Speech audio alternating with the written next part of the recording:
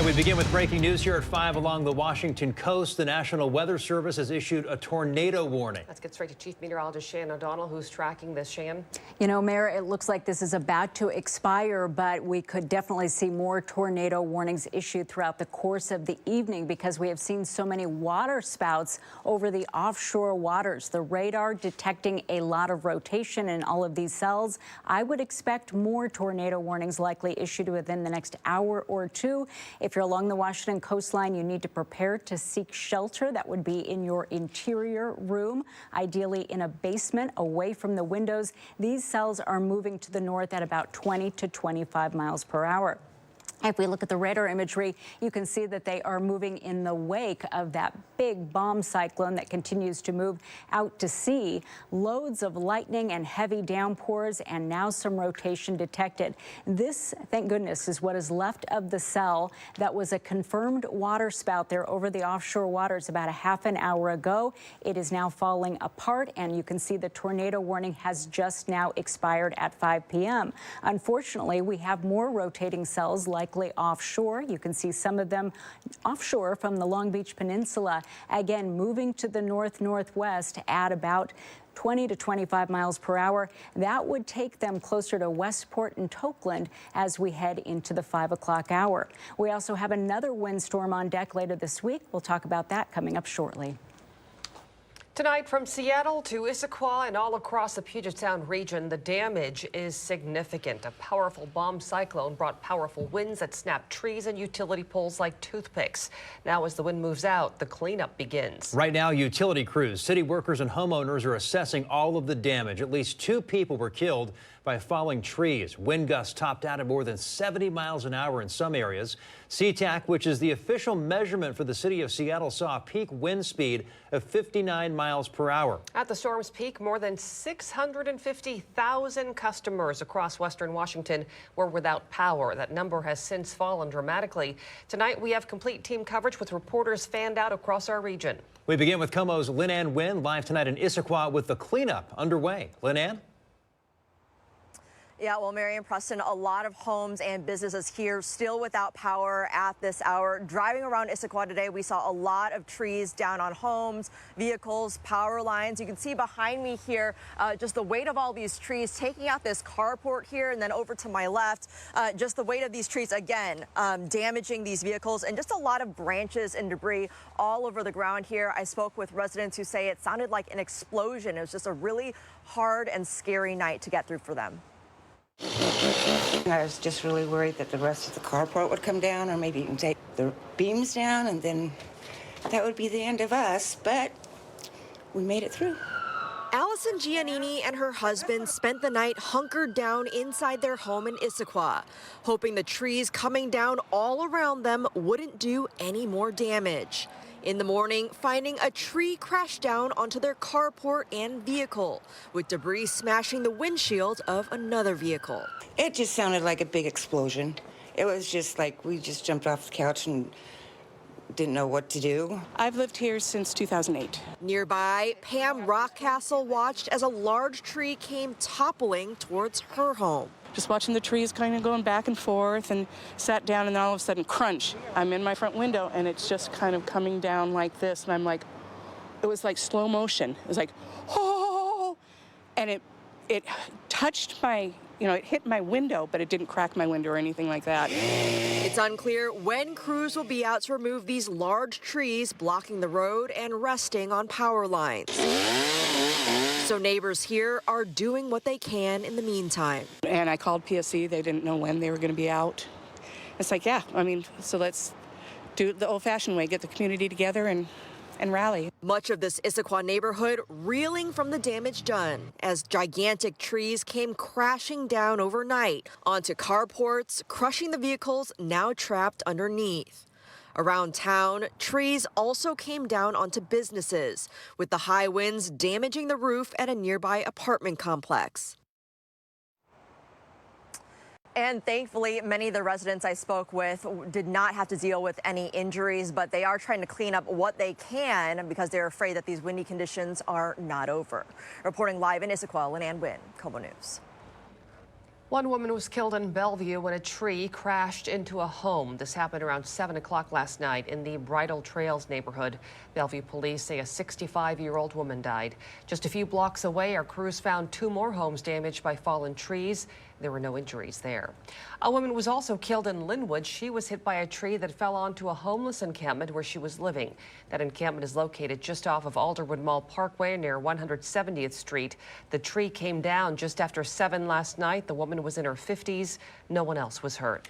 Power crews have been out in force trying to reconnect the region to the power grid. Right now, Puget Sound Energy says it has more than 330,000 customers without power. This is up more than 100,000 just within the last few minutes. Now, that's down from more than 425,000, though, from earlier today. Now, Snohomish Public Utilities is reporting more than 40,000 customers in the dark, down from around 120,000. Seattle City Light, meantime, has more than 23,000 customers without power, down from a peak around 110,000. We caught up with some of those crews earlier today.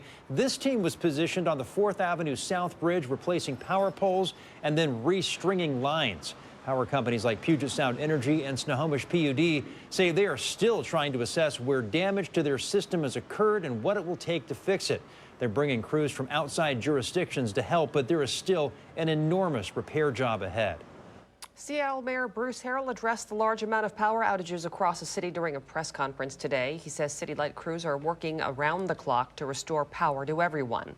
This is the largest number of customers without power since 2006, and many of you that were around then will remember the Hanukkah Eve storm. That was around 114,000 people. So restoring power to the remaining customers would depend on the severity of the effects that we're managing right now. And again, City Light's working diligently to repair and access the electrical system. Some repairs are going to take longer. Several neighborhoods through North Seattle were hit hard by the storm system. Roadways are blocked off by massive trees. Crews are removing trees that fell onto one of the homes. The owners say the tree landed on their roof around 6:30 last night. We couldn't really get in to get our clothes and stuff, so that's all trapped in there. If either of us had been in bed, we wouldn't be here right now. The homeowners say they're grateful for the community. This morning, a group of neighbors came with chainsaws to clear part of the tree away. KOMO's Denise Whitaker is live in North Seattle with a look at the damage. Watch for her report coming up on KOMO News at 6 o'clock. Power outages, downed trees, and school closures. I want to give you an alert for tomorrow for kids in the Issaquah School District. All of those schools will be closed tomorrow, including Hawley Street Early Learning Center will be closed tomorrow and Friday due to downed trees. We also want to give Bellevue school parents and students an alert now. Bellevue School District announcing just a few minutes ago that all district buildings will be closed tomorrow, including after school activities and athletics. No kindergarten or preschool, and no bus runs will either be happening. Now, neither district has given any information about updates for school closures on Friday.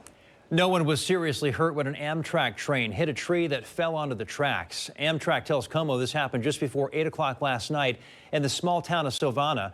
The train was headed from Vancouver, British Columbia to Seattle when it hit a fallen tree on the tracks. You can see from these washed out photos here, there was significant damage to the front of the train.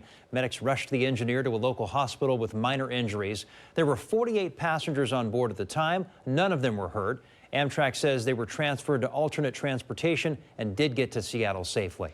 Southeast King County was hit hard by the winds whipping through Snoqualmie Pass. Puget Sound Fire rescued 2 people trapped in their trailer after a tree fell onto it. Power is still out in many neighborhoods. KOMO's Paul Rivera is live in Covington now with this situation there tonight. Paul? And it has been a day of road closures, frustration, and downed trees out here in this area. Puget Sound fire officials were busy. They pulled out 2 people from a trailer after a tree fell on top. They were then sent to the hospital. As the sun came up, you could see what was left behind and all of the road closures in the area as power crews worked to get the lights back on. About 7 o'clock it stayed off, and we knew it was off for the rest of the night because when it's windy on Thomas Road, because it's a valley, we always lose power. Near Covington, Chantel had a generator running to power the essentials. She said they're fortunate to escape any major tree damage from the storm. But didn't hit our trailer. Didn't bring the fence all the way down, so. This is just about it here. Yeah. Further down the road, and you'll see why the power is out, with a big tree on the lines, and it was blocking the road. A few guys took matters into their own hands and decided to try and remove the tree, cutting a few limbs off. But they were quickly shut down, told they weren't allowed to do that by what appeared to be a utility crew. Trying to find ways to, just get through. But you were told you can't do that. No, can't cut them down. The story here is also one of frustration from the traffic and detours caused by the blocked roads. I live in Black Diamond. I went up to Maple Valley to stay with the in-laws last night before the storm. My wife, baby, and I were all staying up there. I tried to get through to get to a job site. Everything's closed down. It's been 4 or 5 hours. Haven't been able to get down there. The most extensive damage like this likely won't get cleaned up overnight. Still a lot of work to do and damage to get to. And add on another thing, and cell phone service has been pretty hard to come by in some places around here. So it is clear a lot of recovery ahead. In King County, Paul Rivera, KOMO News. Most of Mercer Island is still without power, and Puget Sound Energy says it may be that way for a few days as personnel is spread thin. They expect the outage to last several days. Make sure you're checking the websites that check on those outages to see when the estimated time of restoration might be. But city officials are also warning people living along East Mercer Way and Island Crestway to stay home and shelter in place due to significant downed power lines and dangerous debris. The bomb cyclone has wreaked havoc all over this region. Take a look at this drone video from the Kennydale neighborhood in Renton. Look at that. People living here say several trees from Kennydale Elementary School across the street fell onto this home on Northeast 28th Street. At the time our crews got there, no one was home. No word yet on if there were any injuries. We're just getting started tonight as we track the aftermath of this bomb cyclone. Just a reminder, you can get more coverage from the KOMO News team by following us on X. This is just a small sampling of posts from our team today. In between their reports, our crews will post the latest updates and late-breaking developments as they happen.